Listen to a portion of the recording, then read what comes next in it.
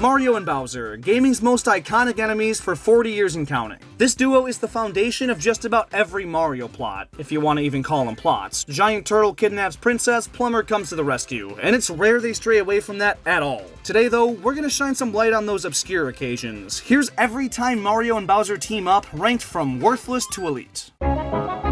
Mario RPG Legend of the Seven Stars is the first and most iconic team-up between these two, but it starts out like any ordinary Mario game. Bowser kidnaps a helpless Peach, and Mario rushes to the castle to beat him up. But that's all quickly thrown out the window when a giant sword named Exor falls from the skies, smashes right through Bowser's castle, and sends the three of them flying in opposite directions. Bowser's seen a couple times afterwards with an increasingly thinning army, but Mario doesn't engage with him until he has no choice. Once he finds out where Peach is being held captive, he goes to break into the fortress and notices Bowser sobbing nearby about all his troops being wiped out. And when he sees Mario, he flees the scene to save face and maintain that badass persona he's got going on. After Mario fails to open the door to break into the fortress though, Bowser steps in out of nowhere and smashes through it like nothing, proving his value to the team and posing a temporary partnership, which officially instates Mario as part of the Koopa Troop. From that point on, Bowser's a permanent party member, meaning he's fighting alongside Mario for the rest of the adventure, and he contributes quite a bit. The team up happens early enough in the game to where Bowser's on our side for most of the playthrough, so it makes his impact much more substantial. Gameplay-wise, he doesn't have as many special attack options as many of the other characters, but he's a physical brute that packs a punch, and you definitely need it to take down this guy, Smithy, which is kind of a dumb name and the design is pretty mid, but he's a damn formidable foe. He literally forged his entire army by hand, and since they're sentient weapons, he's basically a god. He controls the entirety of Weapon World and takes over the Mushroom Kingdom and Bowser's Castle with complete ease, absolutely warranting a Mario Bowser team up to get things back to normal. Being such a necessary joining of forces and seeing both sides contribute as much as they did makes this an easy elite tier. A sweet tart's rope, so sweet, you'll pucker. Sweet tarts, dare to combine.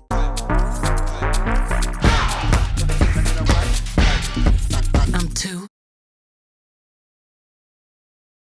Tier. This game starts off a lot like Mario RPG. There's an opening Mario vs. Bowser fight, but then Peach's dialogue boxes start exploding, and since Bowser can't kidnap her like that because she'd destroy his castle, he teams up with Mario to get her normal voice back, so he can kidnap her again. They hop aboard his Koopa Cruiser and set out for the Bean Bean Kingdom.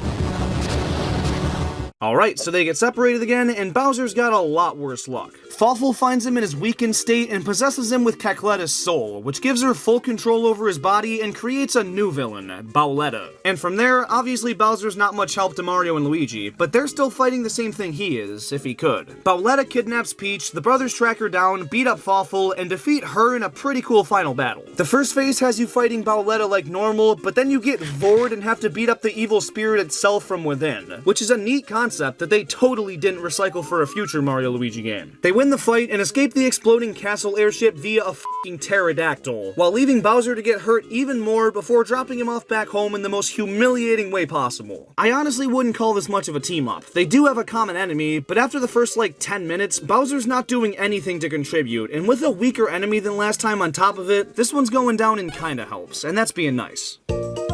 There's a ton going on in this game, and it's really confusing with all the baby and adult versions of all the characters, so I'll do my best to break it down and make as much sense as possible. It boils down to basically be more of Superstar Saga's team-up, but this time, a baby version of Bowser kidnaps Baby Peach, and some enemies called Shroobs attack the castle and force everyone to team up. They board the same Koopa Cruiser, but this time it's way more clutch on Bowser's part. Seriously, they all could have been killed if he didn't step up. They then save adult Mario and Luigi from a pack of Shroobs, and now got the entire gang on Bowser's aircraft, just in time to get attacked and sent spiraling through Bowser's castle, which of course splits up the group and kind of marks the end of them working together for a while. When they meet again, the brothers eat all Bowser's cookies, beat up his caretaker, and steal the shiny objects he found, and they wonder why he fucking hates them. Those sparkly things are actually the Cobalt Shards, some really powerful and important items, and Bowser's after them for himself just cuz, while the brothers are collecting them to time travel and save the day. The brothers work with their baby counterparts for most of the game, but baby Bowser doesn't meet his grown form form until much later, and it doesn't amount to much. They team up and decide to fight all the Mario brothers, and get defeated pretty easily, which gets them yeeted sky high, and I guess sends Old Man Koopa back to the present, while Baby stays here to get bullied more. By some miracle though, he ends up getting the rest of the Cobalt Star on his own, and when he reassembles it, the main bad guy, Princess Shroob, gets released, transforms him into a mushroom, and fights the Mario brothers. They win, and after crying on their pal turned fungus, it turns back into Bowser.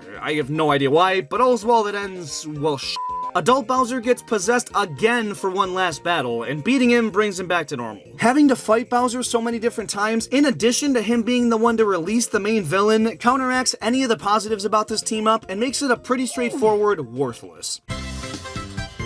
This game opens in about the weirdest way it could, at Bowser and Peach's wedding. Count Bleck is forcing the marriage, and Bowser is ecstatic about it, but Peach has got to get mind-controlled into saying I do. And with that phrase spoken, a weird object called the Chaos Heart spawns, and Bleck gets his hands on it to open up a void and destroy the universe. Mario sets out for adventure alone, but eventually recruits Peach, and not long after, the King Koopa himself. And the three go out looking for the 8 pure hearts. I see one right here.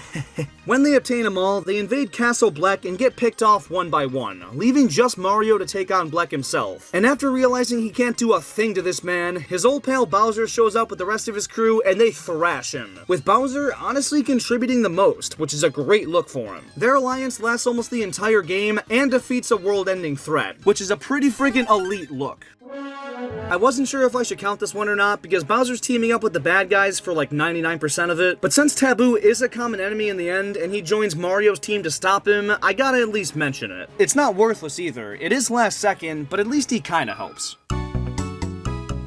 This one might be the most obvious in the video, because with Mario and Luigi inside of Bowser, they kinda have to work together. Like the other Mario Luigi games, he fights Mario at the beginning, but after getting decimated this time, he gets tricked into eating a mysterious mushroom that turns him into Kirby, and he goes back to his castle to mindlessly munch. He's then unconscious in the middle of nowhere, and Mario and Luigi revive him from inside, with help from their new friend Starlo, who's the only one that actually communicates with Bowser, so he's got no clue the Mario brothers are crawling around inside him. They work together to an incredible extent in this game. You play as both parties a pretty good amount, and each one accomplishes a ton to help the other, whether they realize it or not. Yet another evil Bowser form is created, and Bowser kicks the shit out of it. And when he's attacked from within, the brothers got his back there. Then at the very end of the game, when everyone's shot out of his body, Bowser's enraged to find out they were in there, and decides to get his ass beat one final time as the credits roll. If Bowser knew how well they were working together, this has elite potential, but since he doesn't and is really upset to find out, this one's going in unknowing allies.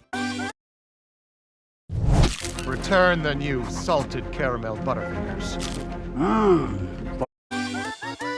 For most of the game, Bowser's clearly the main bad guy. He captures Peach and wants to marry her, but after Mario thwarts his plans, the love triangle is left in the crumbling core of the moon, and Mario throws Cappy at an unconscious Bowser to become his own archenemy. This final sequence is f***ing awesome, but obviously Bowser has no idea, even though it does in fact save his life. This is why I made this tier, and it fits perfectly. When we first see Bowser here, he's already been folded down into a tiny square, hung by a clothespin, and forced to watch all his minions get folded into mindless origami slaves. Alright then. Mario's conveniently walking around the castle, so he's quick to save him, and the two work together to escape the dungeon, and later the entire castle as it gets enveloped by streamers. Like always though, the aircraft gets hit by something and causes the dream team to split up. Mario's traveling with his new folded pal Olivia, and they go around wrecking a bunch of arts and crafts supplies, and destroying the streamers surrounding Peach's castle. Bowser's not seen again until toward the end of the game, where he's once again being held prisoner, and after being saved, he travels with Mario and can't really do much until they finally get him unfolded. He then fully commits to the team up, and actually tries to comfort Olivia when she's having doubts about being able to beat Ollie, and it's really uncharacteristic of him, but shows there is some compassion in there after all, and he's not as selfish as he's normally portrayed to be.